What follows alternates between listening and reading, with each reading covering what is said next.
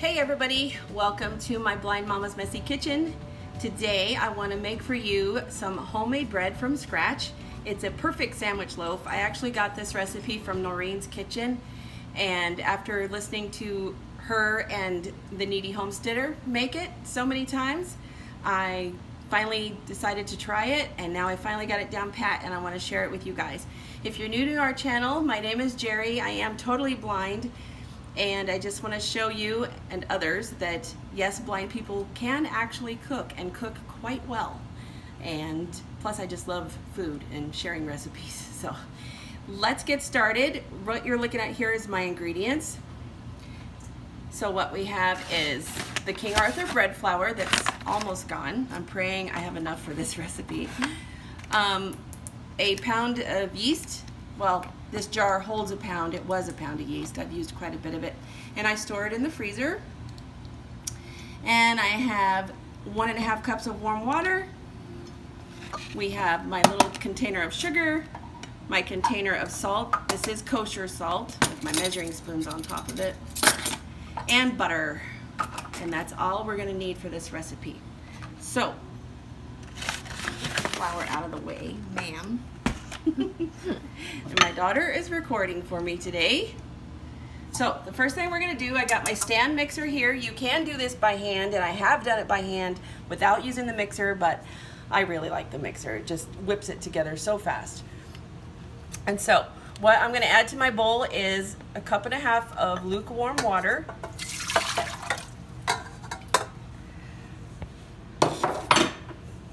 And then we're going to add our yeast. I kind of got everything crowded right here because I kind of like to have everything laid out where I'm going to need it. So we're going to do 2 teaspoons of yeast. And this is yeast that I ordered off of Amazon. 1, 2. I'll see if I can find the link to this yeast and put it in the description box. So that was 2 teaspoons. And we need to feed the yeast to help it bloom. So we're going to add, no, not salt, sugar. We're going to add 2 tablespoons of sugar. I have also used honey instead of sugar. And I need to refill this very soon. 1, 2. Did I say teaspoons or tablespoons? You said tablespoons. Okay. So that's 2 tablespoons of sugar.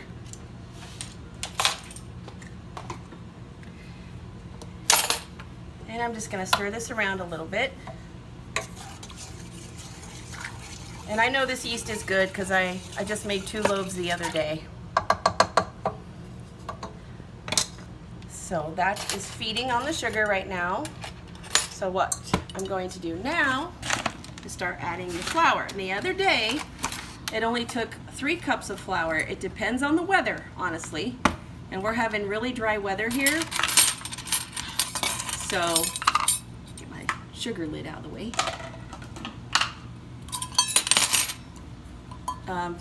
It just depends. Sometimes it takes 4, sometimes 5 cups, but hopefully it doesn't take more than 3 because I don't think I have that in this bag. And usually I try to keep my flour in a container, but I just was lazy and didn't do it this time. So here we go. We're going to go with 1.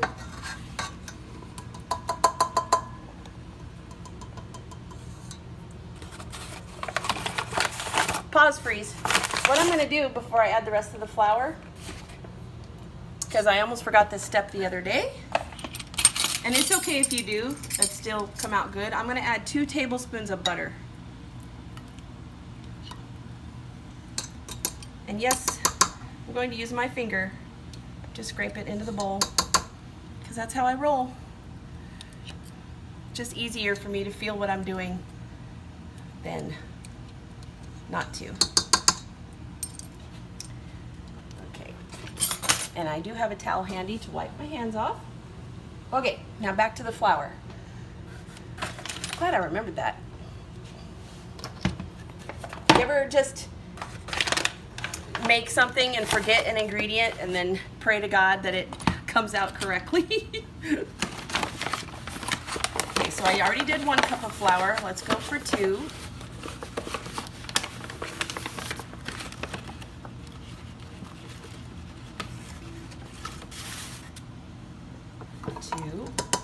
I'm going to go on ahead and go for the full 3 before I start mixing, because I know 2 won't be enough. I sure hope it doesn't take more than 3, because that's what I have left.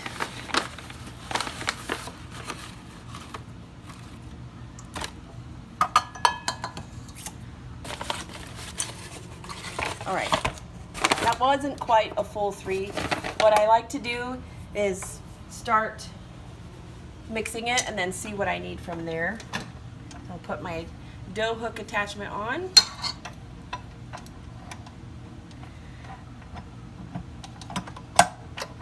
Yeah, he did give me trouble. Sometimes it gives me trouble and I end up talking to it a whole bunch. Okay, so if your hearing is sensitive, you might want to turn it down, because I am going to run this mixer and not shut off the camera, because I'm showing you how to do this. So here we go. I'm gonna just turn it on the first speed just to kind of blend it and see where I'm at. Can you show inside the bowl at all? Yeah.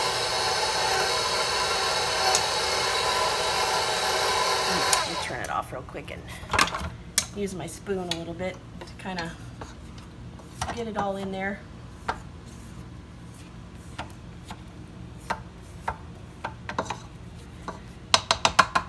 I don't have one of those scraper attachments yet for my mixer. I really need to get one. Okay. And I am going to use my fingers to touch it. I love that smell. Okay, I'm going to shut it off, lower it, and I'm going to use my fingers to touch it, because if you can see, you would probably eyeball it, right? Well, I can't see, so I'm going to touch it, and that's okay. It's pretty wet, so I'm going to add a little more flour. Feels like I got about half a cup left in here.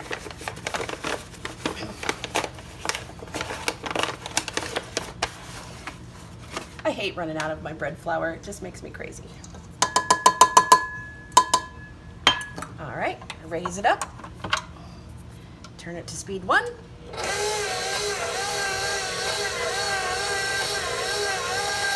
And those of you who don't know, this mixer was a Valentine's present to me from my husband, I think 3 years ago now.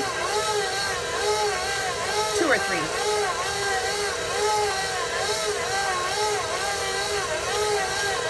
Turn it off. See how it's doing. It's looking beautiful. Okay, I'm gonna add a little bit more. You can always add 2, but it's hard to take away when you're making bread dough. So you wanna add your flour a little bit at a time. So I'm gonna turn it on, speed 1. And I'm just gonna add what's left in the bag, honestly.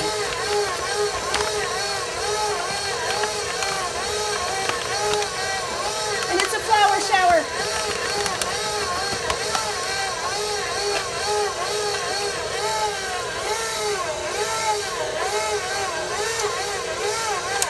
Down. I really think that's gonna do it. It's feeling like once it gets all blended, it's gonna be a nice, soft, billowy, I love the word billowy, dough. So I'm gonna turn it on speed 2 and let it beat the heck out of it for about 5 to 7 minutes. And then I'll be back in just a few, here we go, speed 2, a few minutes. Before it gets completely blended, I'm going to add the milk powder. This is dry milk, and I did have it setting out. I just had it off to the side and spaced it. So we're gonna add 2 tablespoons of dry milk. Woohoo! Almost spilt it everywhere.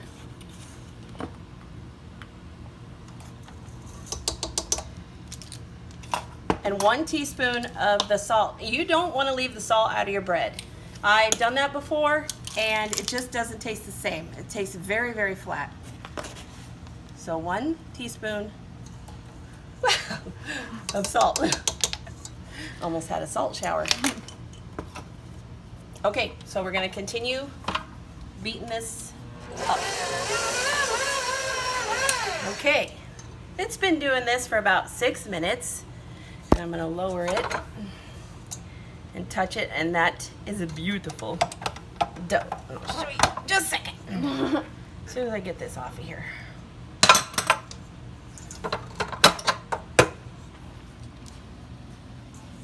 Here we go.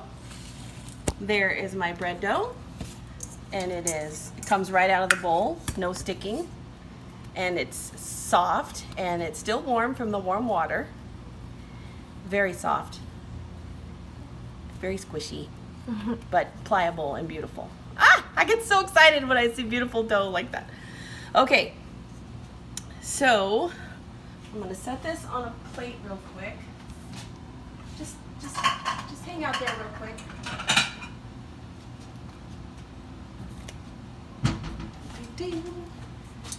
Okay. Now what I'm going to do is pour a little bit of olive oil into the bowl. You can also use nonstick spray, whatever oil you have. You want to put oil in your bowl so that when you pull your bread dough out after it rises, it doesn't stick. So I'm just going to pour, which I hate pouring oil. And then I have a paper towel handy in case I poured too much. And I'm just going to use my hand and spread it all around the bowl. I think I'm going to use my paper towel, dab a little bit out of it. When you're blind pouring oil, it's not fun. It's challenging. Okay, then we've got our bread dough here. We'll make sure it's in a nice ball shape.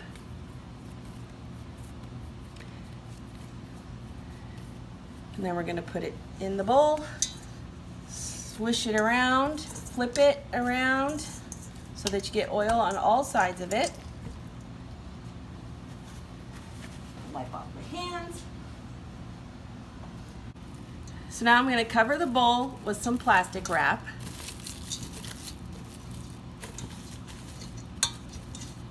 You can use a clean tea towel to do this. I never knew you could use plastic wrap until I saw the Kneady Homesteader and Noreen's Kitchen do it. And I'm going to stick this in my bottom oven. It has a proof setting. Isn't that cool? So it'll proof and rise. If you don't have one of those ovens, you can put it on the back of your stovetop if you have a Pilot Light. Or you can set it, say, in your laundry room, just a nice warm place under a window. Actually, I used to listen to Phyllis Stokes, may she rest in peace. She used to take a heating pad and plug it in on her countertop and set her bowl of bread dough on top of that with a towel on top of that. So there's lots of different ways. Just as long as it's in a nice draft-free, warmish place for the yeast to grow and make a nice big poofy bread dough for you. So I'm going to stick this in the oven and we'll be back when it's done rising. So I just took the bowl out of the oven where it was proofing. It's been about an hour and a half. So I'm going to take the plastic wrap off. I can smell the yeast. Yes. It didn't puff up huge, but that's okay. It spread out and it did rise. So I'm going to pull it out of here. No, no, no. You're not going to pull it out. First thing you're going to do is get my breadboard. I call this my breadboard. I picked this up at Ross a long time ago for about $10. It's bamboo, and it's perfect for the bread. It doesn't stick to it or anything. So I'm going to pull out the dough, and it's so pretty. It feels so nice. Okay, so what we're going to do now is plop it down on our breadboard. You don't actually have to punch your bread. I am gonna get a paper towel. Whoops. Kind of wipe off some of the oil that's on the bread from the bowl.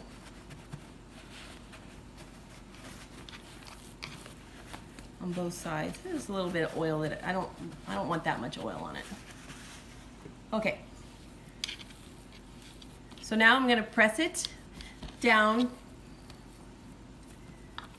Kind of roll it into a little log a little bit, and then just start pressing it down to the shape of a rectangle.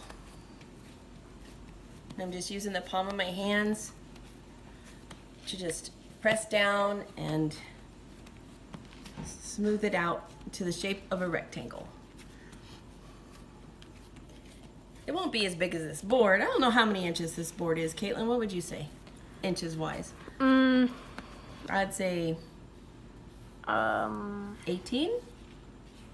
Yeah, like 1.5 feet. It's just a nice bamboo board. I really like it. Try to push all your air pockets out of it. Keep it shaped into a rectangle.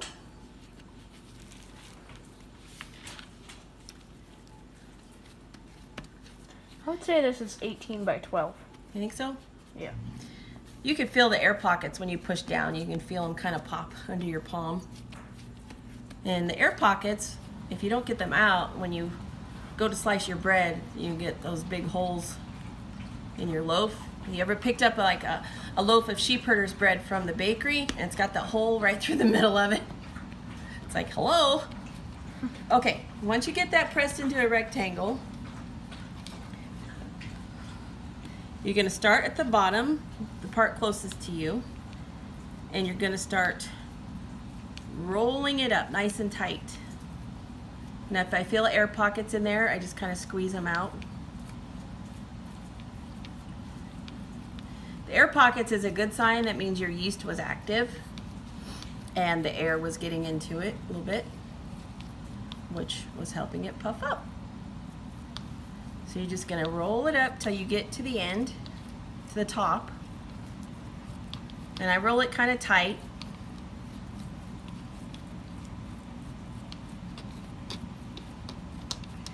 And then you flip it over and you pinch the seam together.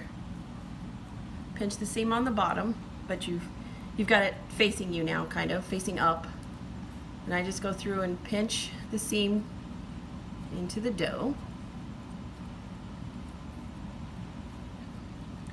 And then on the edges, you kind of poke it into itself so that you can pick up the end, poke it into itself, pick up the end and fold it over so that you're kind of meeting the seam that's on the, that you just squeezed or pinched together.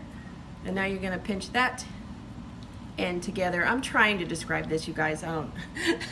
And you know, I learned this method from the Kneady Homesteader, Heather. If you happen to watch this, I hope I'm doing it right. This is the way I've always done it since I listened to your video and just kind of figured out for myself what you were doing. So now I do it on the other end, poke it into itself, pull up the dough, pull it over and pinch the seam down.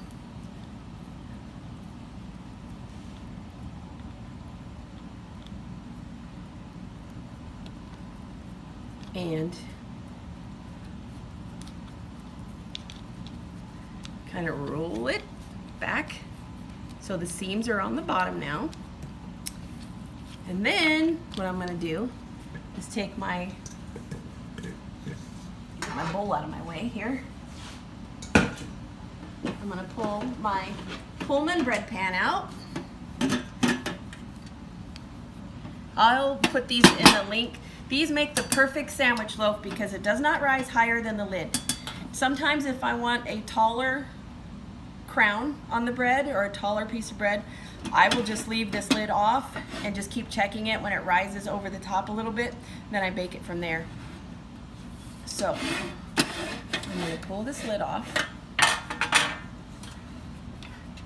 These are called Pullman bread pans and I love them.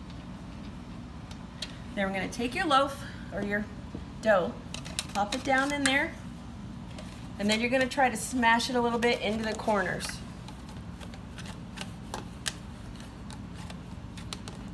As much as you can. And then just kind of tuck the ends.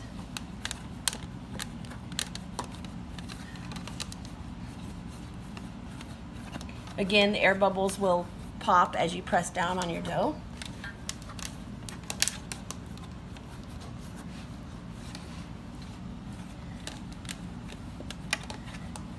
My husband likes the smaller pieces of bread for toast and sandwiches, so that's the way I'm making it. I made 2 loaves this week, and one I made in this with the lid and one without, because I have 4 of them.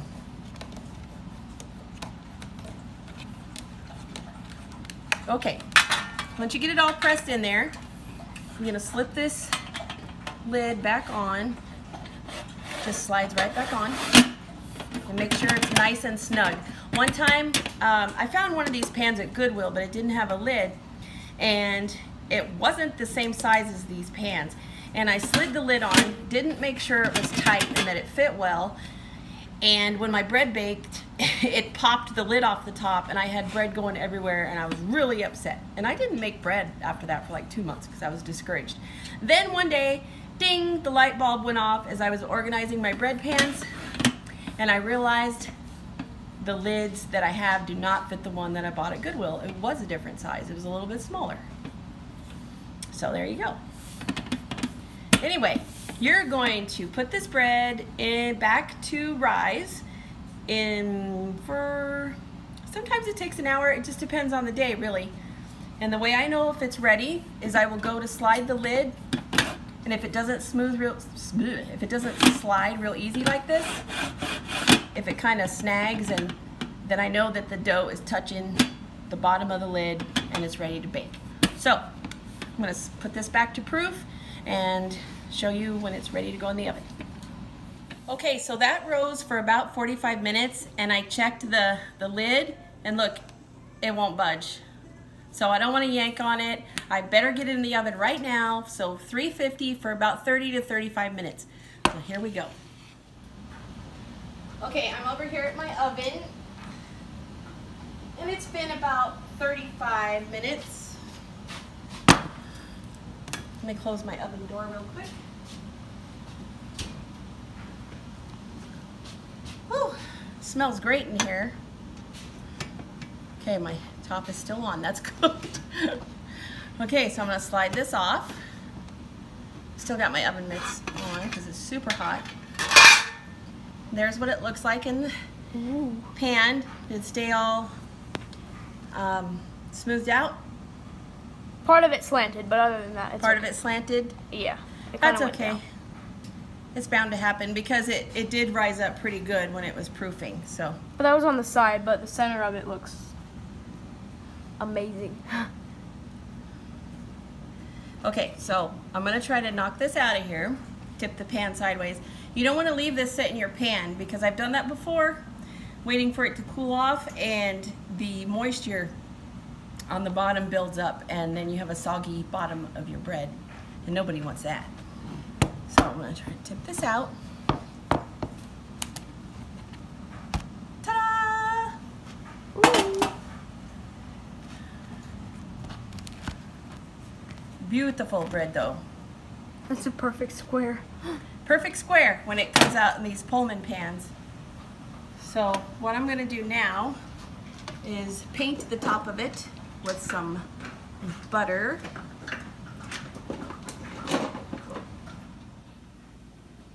So I did flip it over so the indented part is on the bottom now. So what I'm just gonna do now is brush this butter all over the top and just dip in my basting brush in my butter dish, and I just keep brushing it over and over and over again on the sides. I just want to say, this is when the bread is hot, so when you put the butter on the bread, it melts like instantly. Yeah, and it helps keep your crust, it helps soften it a little bit.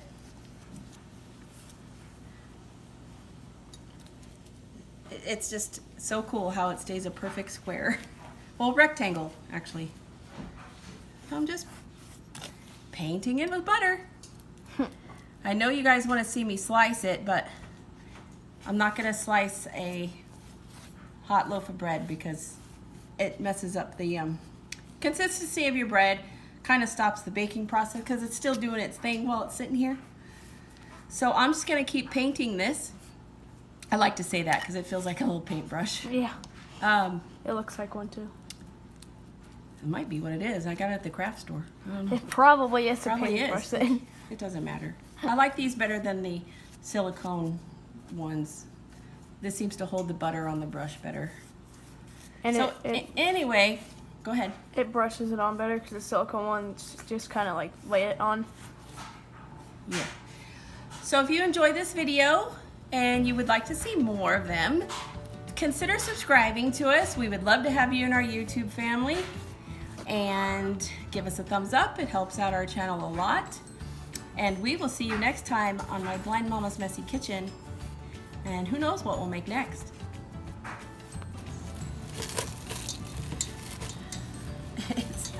Okay, wait a minute.